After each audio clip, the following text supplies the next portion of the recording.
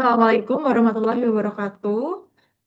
Selamat malam sebelumnya. Perkenalkan, nama saya Siti Aisyah, NRP 204-223-1062, serta rekan saya. Perkenalkan nama saya Krisna Desari Saputra, RP 204-223-9.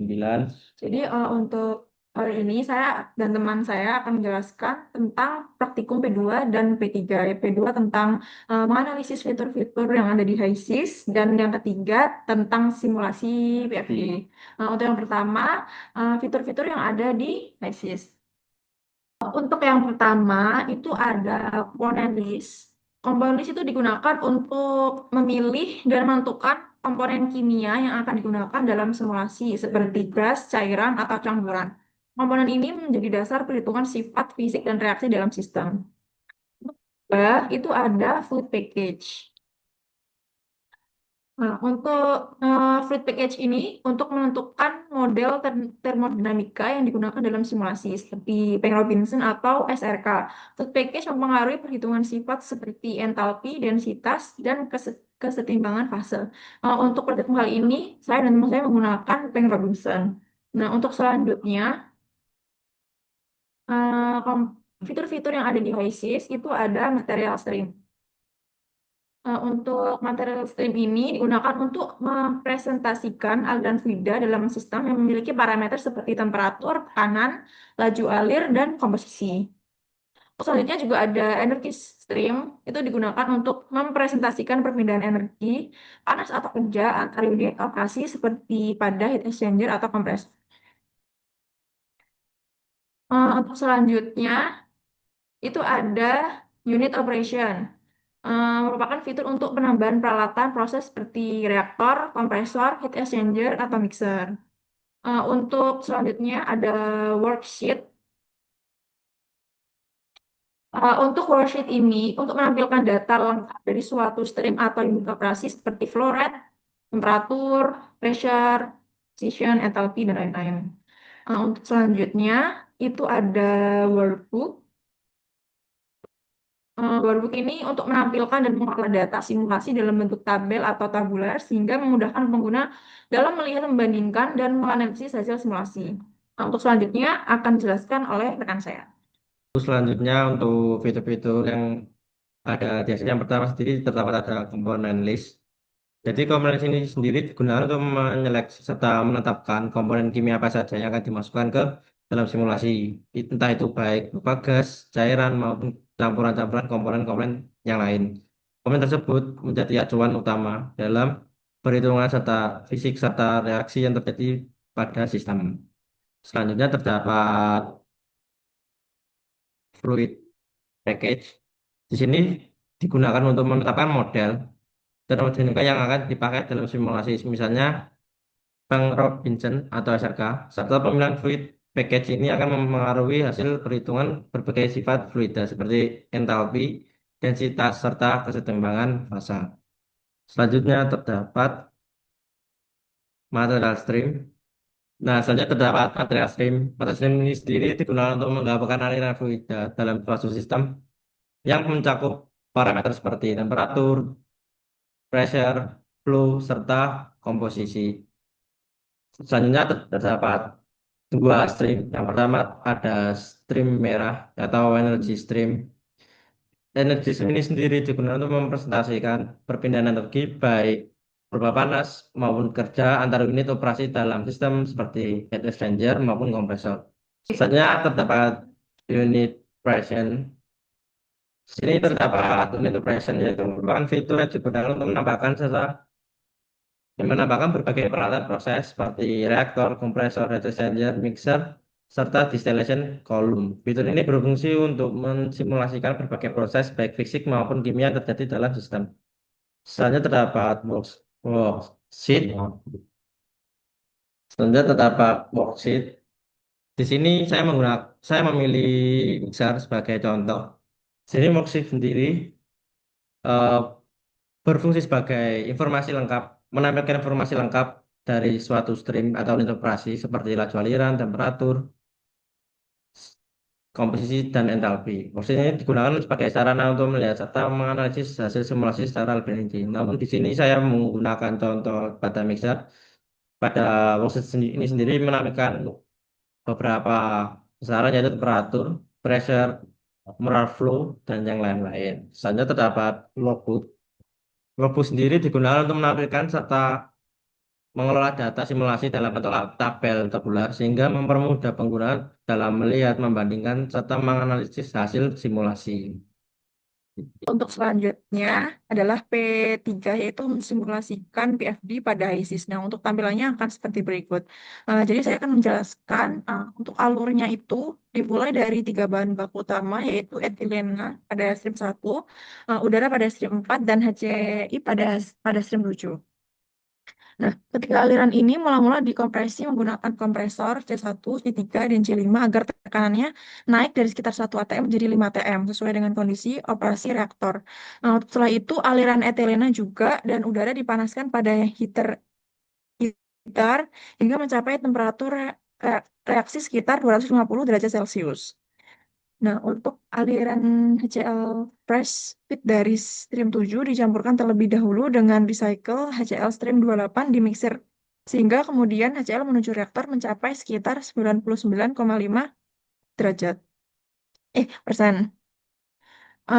Selain produk utama juga terbentuk produk samping seperti CO, CO2, dan etil chloride. Produk keluar melalui stream 11 dengan laju aliran sekitar 2003 kmol per jam. Sebagian HCl yang belum bereaksi di recycle kembali melalui expander E20 yang menurunkan tekanan sebelum dicampurkan kembali ke fresh HCI pada M6. Untuk komponen list itu sendiri itu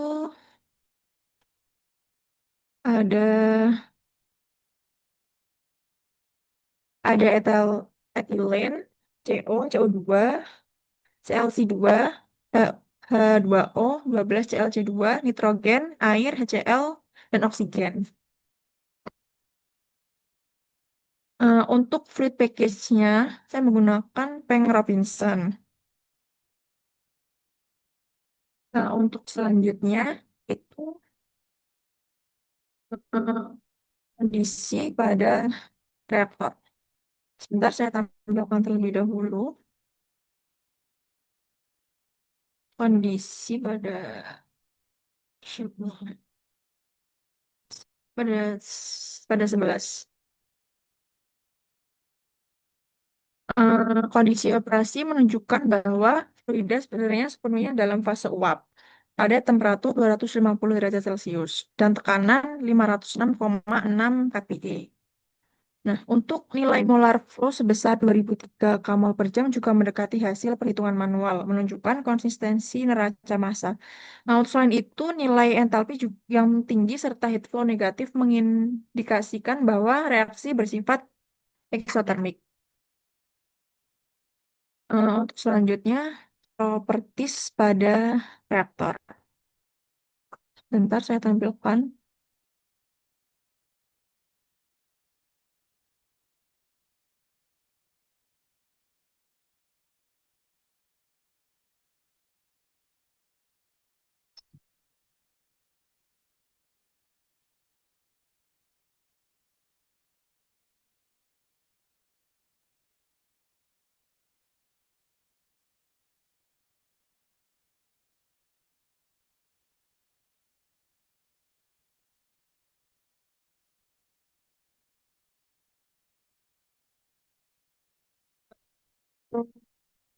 Di sini, fluida berada sepenuhnya dalam fase uap, yang menunjukkan tidak adanya fase cair pada kondisi operasi tersebut.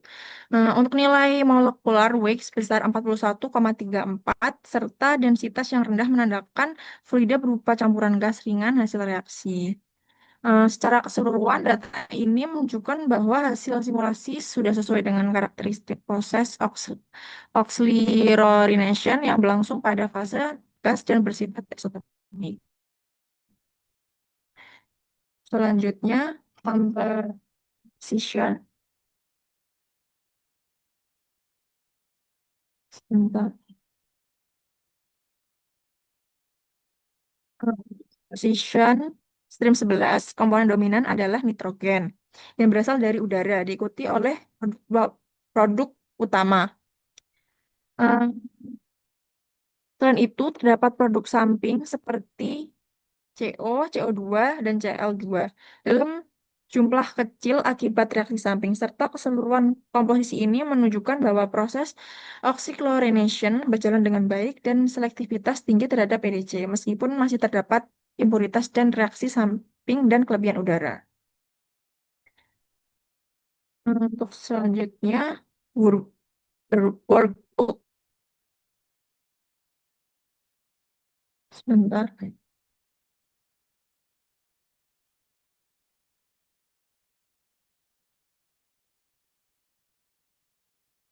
Workbook ada material stream, terlihat perubahan emisi yang signifikan pada setiap tahap proses. Pada stream awal 147 temperatur masih rendah dengan tekanan sekitar 101,3 kPa.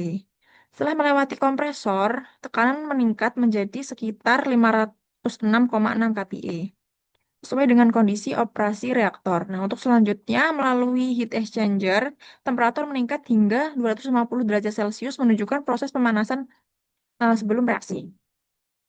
Nah, pada bagian bawah serta pencampuran proses selanjutan, terjadi perubahan laju alir molar akibat reaksi, di mana stream 11 sebagai outlet menunjukkan peningkatan menjadi sekitar 203 kmol per jam. Selanjutnya, composition. Untuk compositionnya sendiri, itu terlihat bahan komposisi yang jelas sepanjang proses. Pada stream awal, komponen masih murni sesuai umpan. Kehadiran CO, CO2, dan Cl menunjukkan adanya reaksi samping. Secara keseluruhan, perubahan komposisi ini menandakan bahwa reaksi oxychlorination berlangsung dengan baik, dengan konversi tinggi dan selektivitas yang cukup baik terhadap produk utama. Selanjutnya, ada energi stream. Di energi stream itu sendiri terlihat bahwa setiap unit operasi memerlukan atau melepaskan energi dalam jumlah tertentu selama proses berlangsung. Nah, untuk energi stream pada kompresor eh, C1, C3, dan C5 menunjukkan kebutuhan energi untuk menaikkan tekanan aliran hingga mencapai kondisi sekitar 5 atm. Sementara stream pada heat exchanger menunjukkan adanya perpindahan panas untuk meningkatkan temperatur aliran hingga 250 derajat sebelum masuk ke reaktor. Selanjutnya, unit operation. Di unit operation itu sendiri, proses oxychlorination terdiri dari beberapa unit proses utama yang saling terhubung. Unit kompresor berfungsi untuk meningkatkan tekanan aliran umpan sebelum memasuki tahap pemanasan dan reaksi. Selanjutnya, heater atau heat exchanger digunakan untuk menaikkan temperatur aliran hingga mencapai kondisi operasi reaktor sebesar 250 derajat Celcius. Nah, yang menandakan bahwa simulasi telah berhasil dijalankan dengan baik dan seluruh proses unit terhubung secara konsisten dan sistem proses. Untuk kesimpulannya, perbandingan antara hasil perhitungan manual yang ada di manual book dan simulasi menunjukkan bahwa sebagian besar stream memiliki nilai yang sangat mendekati dengan error 0% pada stream 1 sampai 6. Perubahan kecil mulai muncul pada stream 7 sampai 10 dengan error di bawah 0,1% yang disebabkan oleh pembulatan dan metode perhitungan ICIS. Ada stream 11 dan 12, error masing-masing sebesar 0,0209% dan 0,0823% yang masih sangat kecil dan dapat diterima. Nah, perbedaan ini kemungkinan berasal dari akumulasi perhitungan numerik dan model termodinamika yang digunakan. Secara keseluruhan, hasil simulasi sangat sesuai dengan perhitungan manual sehingga model yang digunakan dapat dianggap valid. Sekian dari saya, mungkin bisa selanjutnya dari teman saya. Selanjutnya pada slide selanjutnya, yang pertama sendiri terdapat stream 11.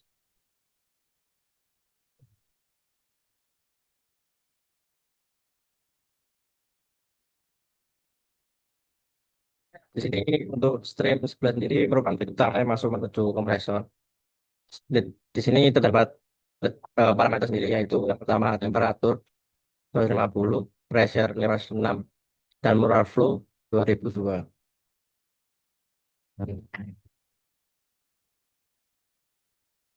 Hmm. Oh iya. Untuk stream sebelah sendiri ini berfungsi sebagai aliran feed utama dengan temperatur tinggi yang masuk menuju ke mixer. Dan di sini terdapat mixer, ada terdapat stream 12.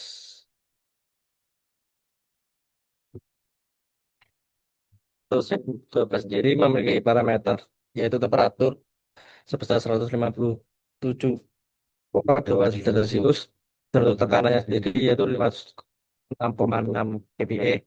Dan untuk molar flow-nya sendiri yaitu 2275 kilomol.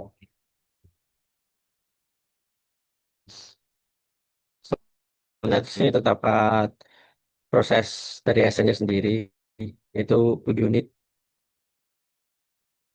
E103 dari situ, dari stream software sendiri kemudian masuk ke heat exchanger untuk diproses pendinginannya.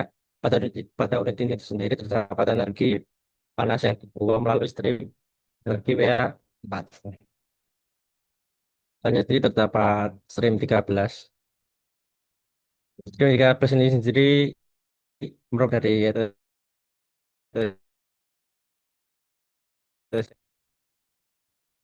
nah, saya dilihat di sini terdapat 3 parameter. Ya, yang pertama temperaturnya terdapat 20 derajat Celcius, tekanan 56,6 kPa, serta molar flow-nya sendiri 2.275 kilomol per H. Soalnya sendiri akan masuk ke drum unit B100 separator 3 fasa. Dan di sini terdapat untuk separator sendiri yaitu stream masuk ke dalam flash drum untuk dipisahkan menjadi fase uap dan cair berdasarkan volatilitas komponen. Untuk ini sendiri terdapat stream 14 yang memiliki parameter yaitu temperatur 20 derajat Celcius. Lalu untuk tekanannya 56,6 kPa dan untuk molar flow-nya sendiri 1270 kilogram kilomol. Fungsinya sendiri yaitu merupakan aliran fase uap hasil pemisah flash drum yang selanjutnya akan dikirim ke kolom distilasi. Selanjutnya di sini terdapat stream 15 liquid outlet. Di sini memiliki 3 parameter yaitu temperatur senilai 20 derajat Celcius, untuk tekanan 56,6 kPa, dan molar flow 328,2 kilomol per hour. Yang memiliki fungsi sebagai produk cair, yaitu merupakan produk cair hasil pemisahan dari flash drumnya itu sendiri. Selanjutnya terdapat stream 16, yaitu feed ke kolom destilasi yang memiliki parameter temperatur 20 derajat Celcius, tekanannya 56,6 kPa, dan flow-nya 676,5 kilomol per hour.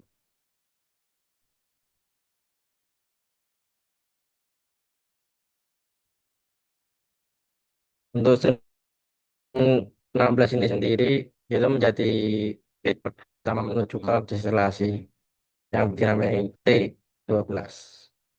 Untuk unit T12 ini sendiri,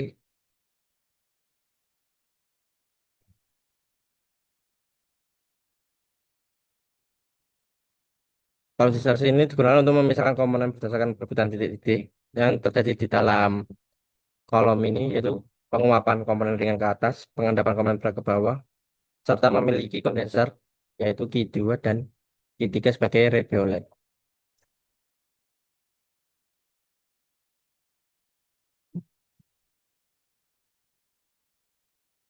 Selanjutnya terdapat stream 17. Di sini untuk parameternya ada 3 yaitu temperaturnya sebesar 109 derajat Celcius, untuk tekanannya 354,6 kPa, dan untuk molar flow-nya sendiri yaitu 1000 kilomol per hour. Selanjutnya terdapat stream 18 yaitu bottom product. Di sini memiliki 3 parameter yaitu 138 derajat Celcius, Untuk tekanannya sendiri 405,3 kPa serta molar flow-nya itu 100 kmol per hour.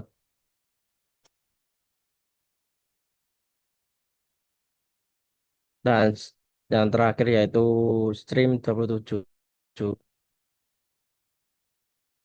Oh, untuk Stream 27 sendiri memiliki parameter yaitu temperatur sebesar 144,7 derajat Celcius. Untuk pressure sendiri 506,6 kPa dan mass flow-nya sendiri yaitu 273 kmol hour.